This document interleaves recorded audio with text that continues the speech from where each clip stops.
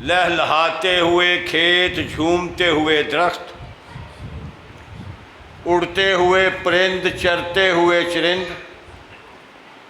پانی میں تیرنے والی مچھلیاں، سوراخوں میں رہنے والی چیونٹیاں، حتیٰ کہ فرشتے بھی جس کی تعریف و توصیف کر رہے ہیں، سب تعریفیں اسی وحدہ لا شریک کے لیے ہیں، جو رات کے اندھیرے میں صحرا میں چلنے والی ایک چیونٹی کے قدموں کی آہٹ بھی سنتا ہے، ریت کے ذرات سے بڑھ کر، پانی کے قطرات سے بڑھ کر، بے شمار لاتعداد ان گنت درود و سلام اس ہستی مقدس پر جو مساوات کا حامی، اخوت کا بانی، محبت کا جوہری، اخلاص کا مشتری، صبر کا منبع، صدق کا معدن، نور عالم، سید ولد آدم ہے صلی اللہ علیہ وسلم، جن کی تعلیم نے بھیڑیوں کو غلہ بانی، درندوں کو چوپانی، ظالموں کو اخوانی اور غلاموں کو سلطانی سکھائی صلی اللہ، جن کی عظمت میں ایک غیر مسلم نے لکھا تھا، He is the only man in history who was supremely successful at both the religious and secular level. صلی اللہ علیہ وسلم۔ سامعین محترم، آج کی اس محفل کے منتظمین، معاونین،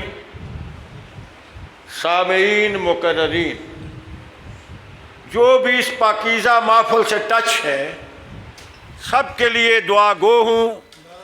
اللہ کریم ایمان والی، اسلام والی، صالح اعمال والی، صحت تندرستی والی، عزت و آبرو والی، زہد و تقوی والی لمبی زندگیاں عطا فرمائے۔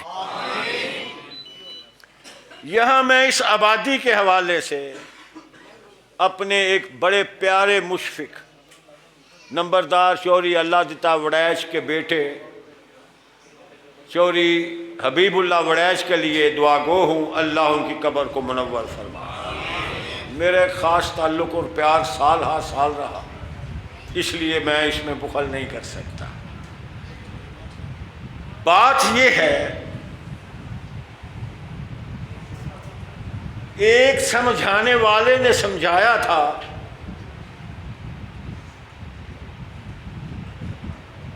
مذہب جس کی منت کش ہے عقل سلیم، مذہب وہ مذہب ہے اسلام باللہ العظیم۔ بات مکمل۔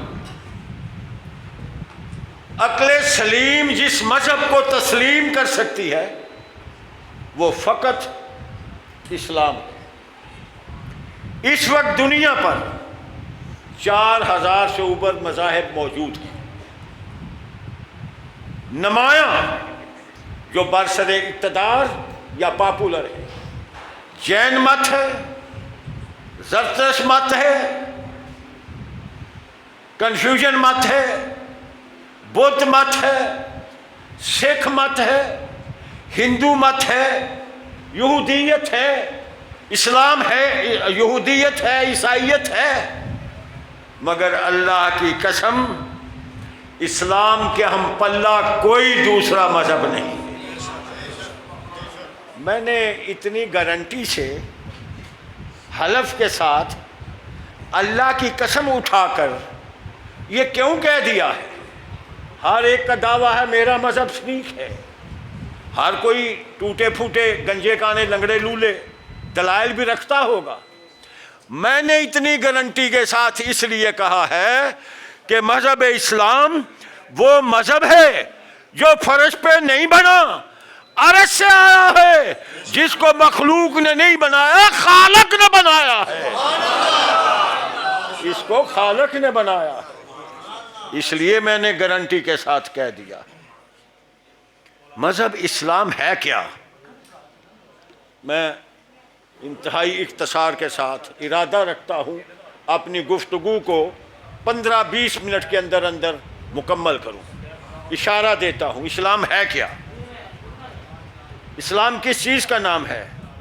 یاد رکھیے یہ مجبوری ہے اس دور میں عوام الناس کو بتلانے کی کہ اسلام کیا ہے. کیوں؟ اگر ہم مردوں کو دیکھتے ہیں وہ عورتوں کا لباس پہن کر، مردوں کو دیکھتے ہیں عورتوں کا لباس پہن کر، عورتوں کو دیکھتے ہیں مردوں کا لباس پہن کر، ایسے ایسے عجوبہ اعمال کر رہے ہیں، نام شریعت کا دے رہے ہیں، ایسے ایسے ڈھکونسلے تیار کر رہے ہیں، نام اسلام کا دے رہے ہیں. لباس کو مخصوص کیا جا رہا ہے، انداز کو مخصوص کیا جا رہا ہے، اداؤں کو مخصوص کیا جا رہا ہے. دست و گریباں ہیں، گالی گلوچ ہیں، گریبان پھاڑ رہے ہیں، ناچ ہو رہا ہے، ڈانس ہو رہا ہے، بنگڑے ہو رہے ہیں، دھمالیں ہو رہی ہیں، ڈھول بج رہے ہیں، کنگیں جل رہی ہیں، اور نام کیا دیا جا رہا ہے کہ یہ شریعت ہے، یہ اسلام ہے. یہ دادا نے کہا، یہ دادی بہشتن نے کہا، یہ پیر نے کہا، یہ فقیر نے کہا، یہ ہمارے مرشد نے کہا، یہ ہمارے بڑے نے کہا، یہ ہمارے معاشرے نے کہا، یہ ہمارے علاقائی رسم و رواج نے کہا. اور نہ اس کو دیکھ کر میں بتلانا چاہتا ہوں اسلام کیا ہے اور اسلام کس کو کہتے ہیں. اسلام اس کو کہتے ہیں جس کے بارے میں نازل کرنے والے نے فرما دیا الیوم اکملت لکم دینکم واتممت علیکم نعمتی ورضیت لکم الاسلام دینا. خالق کائنات نے فرمایا میں نے اس کو مکمل کر کے دنیا پہ بھیجا ہے. جو اپنی طرف سے کوئی اس میں ایڈ کرے گا گویا کہ اس بے وقوف نے میری ربوبیت پہ اٹیک کیا، میری الوہیت پہ اٹیک کیا، اس نے میری وحدانیت پہ اٹیک کیا. میں دے نہیں سکا وہ دے رہا ہے، میں بتا نہیں سکا وہ بتا رہا ہے، مجھے سمجھ نہیں آئی اسے سمجھ آ رہی ہے. خالق تو میں ہوں، اس لیے فرما دیا. تو وہ اسلام کیا ہے جو عرش سے آیا ہے؟ قرآن مجید اور حدیث پاک. بعض لوگ سمجھتے ہیں قرآن مجید ہی عرش سے آیا. حضرات اگر علماء کے قریب ہو جاؤ گے تو تمہیں سمجھ آئے گی صرف قرآن ہی عرش سے نہیں آیا، میرے محبوب پیغمبر کا فرمان بھی عرش سے آیا. یہ ہے اسلام. ذرا آئیے پہلے قرآن مجید کی طرف. میں نے آپ کا ذوق دیکھ کر، بھائی جس خطیب کے آپ خطیب ہیں، جس خطیب کے آپ سامعین ہیں، میں سمجھتا ہوں ان کا ذوق ایسا ہونا چاہیے تھا اور میں نے ویسا پایا ہے. ذرا مجھے بول کے جواب دیجئے قرآن مجید کس نے نازل کیا؟ قرآن مجید کس نے نازل کیا؟ محمدی دے مقتدی ہونا گنا آواز دیا جے قرآن مجید کس نے نازل کیا؟ ٹون فرق نہیں ہونا چاہیے. قرآن مجید کس فرشتے کے ہاتھ نازل ہوا؟ قرآن مجید کس ہستی پہ نازل ہوا؟ قرآن ٹون ہوئی روے وابیو ٹون ہوئی روے. قرآن مجید کس بستی میں نازل ہوا؟ قرآن مجید کس رات نازل ہوا؟ قرآن مجید کس مہینے نازل ہوا؟ سوال میں نے کیا ہے، جواب آپ نے دیا ہے، جواب 100% درست ہے. میں آپ کو بتانا چاہتا ہوں اسلام کیا ہے، کہاں سے آیا ہے، کس نے بنایا ہے، کس نے ہمیں عطایا ہے. دیکھیے قرآن بیچنے والا اللہ کے ہم پلہ کوئی اللہ نہیں، لے کے آنے والا جبرائیل، فرشتوں کے ہم پلہ جبرائیل کے ہم پلہ، فرشتوں میں کوئی فرشتہ نہیں. جس بستی میں آیا مکہ اور مدینہ، بستیوں میں کوئی ایسی بستی نہیں. جس ہستی پہ آیا محمد رسول اللہ، ہستیوں میں کوئی ایسی ہستی نہیں. جس مہینے آیا ماہ رمضان، مہینوں میں ایسا مہینہ نہیں. جس رات آیا لیلۃ القدر، راتوں میں کوئی ایسی رات نہیں. پھر میں دلیری سے کہوں گا، میں حلفن کہوں گا، ببانگے دوہل کہوں گا،